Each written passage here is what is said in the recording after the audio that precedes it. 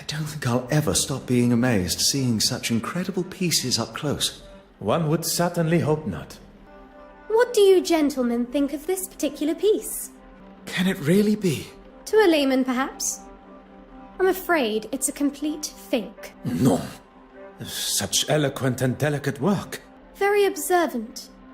But that doesn't make it authentic. You know, even Michelangelo himself was an art forger in his early career. See if you can spot the telltale sign of a forgery. The craquelure is inconsistent across the painting. Surely a sign of a cheap imitation. Very impressive, Detective. Unconvincing aging is one of the most common giveaways of a forgery, whether it be in the craquelure, the smells of chemicals used to artificially age the painting, pigments that haven't dulled with age. Sometimes it's as simple as the materials used just not existing at the time of painting. The trustees were quite excited by its arrival, but it didn't take me long to identify its faults. Quite the detective yourself, Mademoiselle Warbeck. Please, call me Evelyn. If there's one thing I've learned in the short time I've spent with the detective here, formalities and politeness are essential. They are a cornerstone of modern civilization and must be upheld. This city could benefit from more gentlemen like yourself. Now that the etiquette of our greetings has been decided, shall we finalize preparations? I was hoping you'd say that. The exhibition area needs to be secured. I wonder if you would be able to lock the remaining doors for me? I'll lock the west wing door when I'm finished there. And if you could tie this ribbon around the handles of the main door for me, I'll leave it outside. If securing the exhibition room is what Mademoiselle Warbeck requires, that is what shall be done. Miss Warbeck did ask you to make it look pretty. One shall complete the task to the degree it is requested. Symmetry is the key, you see. Oh yes, I see. Everything is now ready for the arrival of the guests. I assume you have the list of guests? I am afraid not. It would usually be an essential part of my preparation. In fact, it perturbs me that there is something I did not have time to prepare for. Would you like me to find Miss Warbeck? There may still be some time to check the list. Look, there's Miss Farquhar, with Miss Babonin. Seems that they became fast friends after the incident on the ship. Intriguing. Intriguing how? Speculation, monsieur. Nothing more. That head of yours is just constantly full of thoughts. Who's this? I have no idea, but she's sure to turn heads with such a fetching dress. I quite agree. And who is this dapper-looking gentleman? Mon Dieu. Wait a minute. Is that... Well, I never! Poirot, you devil! Forgive me. What are my manners? Detective Poirot. Goodness, Monsieur Demire. Poirot is more than adequate for an old friend. He saves my family from near ruin, uncovers a murderous plan, and still has the modesty to not correct a buffoon like me. Allow me to introduce myself. Heavens, my manners appear to have been replaced by surprise and excitement. Forgive me. Monsieur Demire, this is Monsieur Arthur Hastings. You've got yourself a partner now. Well, any friend of Poirot's is surely a friend of mine. Monsieur Hastings has been kind enough to show me the sights of London. A more than adequate guide. I would take that. It's as often as a blue moon you see Poirot handing out approvals like that. And what is it you do, Mr. Demire? A previous field medic, Monsieur Demire now finds himself working for... with his brother, doing most honorable charitable work all across London. Need I say more? Could everyone gather together for a photograph, please? Would you all move a bit closer together for me, please? I didn't realize we were going to be in the newspaper. Is that a problem? No, not at all. I just want the camera to get my best side.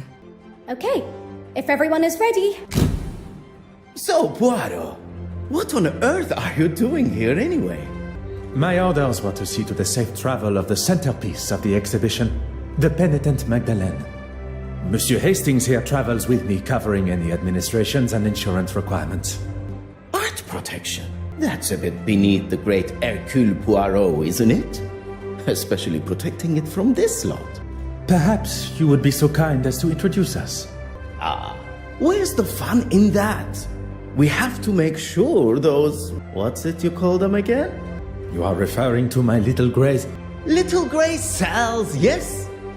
That's it. I've been playing a little game. I've been trying to find a painting to match each of the guests. At least the ones I'm acquainted with. I wondered, Poirot, do you think you can ascertain which paintings match which guests?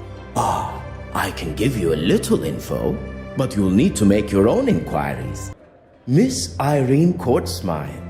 She's one you'll want to keep your eye on in the future art scene. Born and raised on a rather affluent estate, she turned her back on her parents in her teens to start a new life in London as an artist. She's a very nice young lady. Ah, really? Interested, are we? I was only making a comment on her nature, nothing untoward, I can assure you.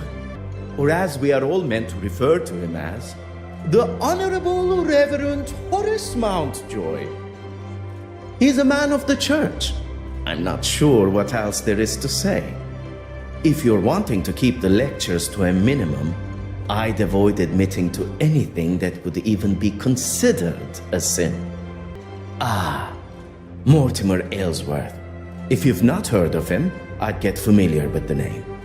Eton and Cambridge educated, he followed in his father's political footsteps and has already surpassed them. Johann Christiansen and his glamorous wife Betty Allen. Betty Allen, the actress. The very same. They've been here in London for a few years, although she still plays down her baldness for British society, even with her recently taking a new role in the theatre. She did not take his name in marriage? Allen is her maiden name. Works as her stage name too. A lot snappier than Christiansen. And his employment? He's a partner for a private bank in London. He has told me what he actually does many times before, and many times I forgot. You will no doubt already know our host, Evelyn Warbeck. We have already made her acquaintance. Very pleasant, if not rather flustered by today's exhibition. That's everyone. Well, there's Mr. Hastings here. I'm sure we shall get to know each other better. And our mystery woman. Anastasia Babanin. We met briefly while traversing the channel. Look at you, Poirot. Got a love interest of your own, huh? Monsieur Demire, must I remind you of why I am here? No need at all. I know you're strictly business. Let's see what you can do then. And come back to me when you know enough about the guests to solve my little mystery. Everything seems to be running smoothly. You've done a sterling job. Everything except for the bishop and the other trustees, stooges. It was never going to be easy going up against them. All men of a certain age, not used to the idea of change. But they didn't get their way this time. And with my exhibit coming up, this place will finally have a showing they can be proud of, and the quality the museum deserves. Mademoiselle Court-Smythe believes her upcoming exhibition will change the perspective of the trustees and the public. I get the feeling she enjoys the accolades and being the center of attention. Detective Poirot, you're looking much happier being on solid land. There was a moment when I thought that wretched sea would get the best of me. Well, I'm certainly glad it didn't. As am I. Please, do not allow me to disturb you, madame. Adieu. Beautiful, isn't it? Not like the modern tripe Miss Warbeck insists on bringing into the museum. Oh, the Lord will not look fondly upon her choices. I would hope one's choice of art would not affect one's chances for a better afterlife. Let's hope not, for her sake. Incredible, isn't it? And to think we are all located on that one small planet, revolving around an all-encompassing star. To think of all the suffering. I give what I can to charity, but what this country needs is someone willing to put the poor first. I'm well aware of where we are. I just want to make sure I'm looking my best for the photographs. And people call me the drama queen. It is a great pleasure to see you again, mademoiselle. I've been looking forward to us bumping into one another. Thank you again for your help. I must admit, I feel almost tormented that I was not able to uncover the identity of the thief. All that matters is that it was found. If you'll excuse me, I really should get on. This article isn't going to write itself. I moan, but it's my love.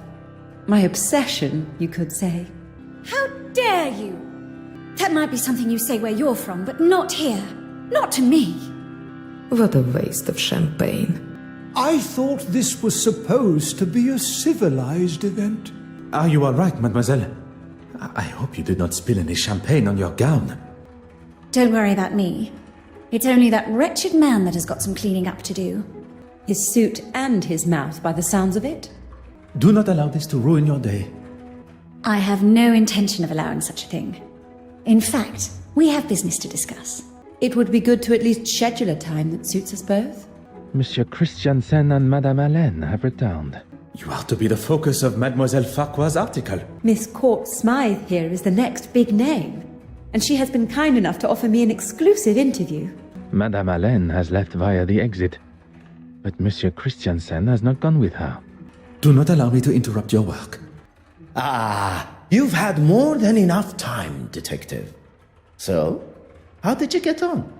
If one is to discover the truth, one must proceed using the correct methods and cannot be rushed. Why might they be like this particular piece? That's right! Although I shouldn't be surprised. That's everyone. Well done. I should have known it'd be no challenge for you. I have faced many a more demanding challenge, but few quite so enjoyable. Hi, is he okay? I think something's wrong with him. I think he's having a heart attack.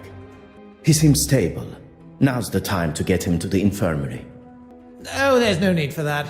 I'm feeling much better already. Wouldn't it be best to telephone for a real doctor?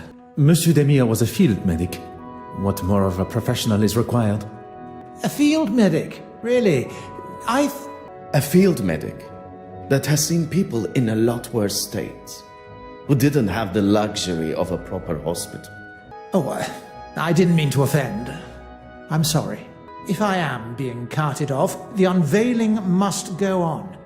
I will not have this silly old man ruining the gala for everyone. You drive a hard bargain, Monsieur Aylesworth. I'd just like to say a few words. I'm sure you would. Thank you all for coming. Here at the Royal Edward Gallery, we are proud to present such wonderful works by some truly fantastic artists. And with much negotiation and pleading, we have been able to secure a most fabulous and individual piece. Standing here with you, unveiling today's centerpiece, the Penitent Magdalene, really is a special moment for both this museum and me personally. So, without further ado... Oh my. Am I missing something here? Things just got interesting. It was... It should be... Is this some kind of joke? Evelyn, what's going on here? Oh, trust you to have no idea. You've really done it this time, girl. She's done nothing. It's not her fault. By the grace of God, it's somebody's fault. I am quite sure Mademoiselle Warbeck is as surprised as us all.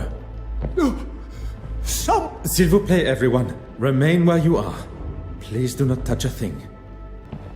Monsieur Hastings, you saw me lock the door to the restoration room, oui? Of course, I was by your side. I'm going to be in a lot of trouble for this. You are not responsible for the painting's disappearance. But who is? Do not allow any of the guests to leave the main hall. And what are you going to do? What is required? One's job.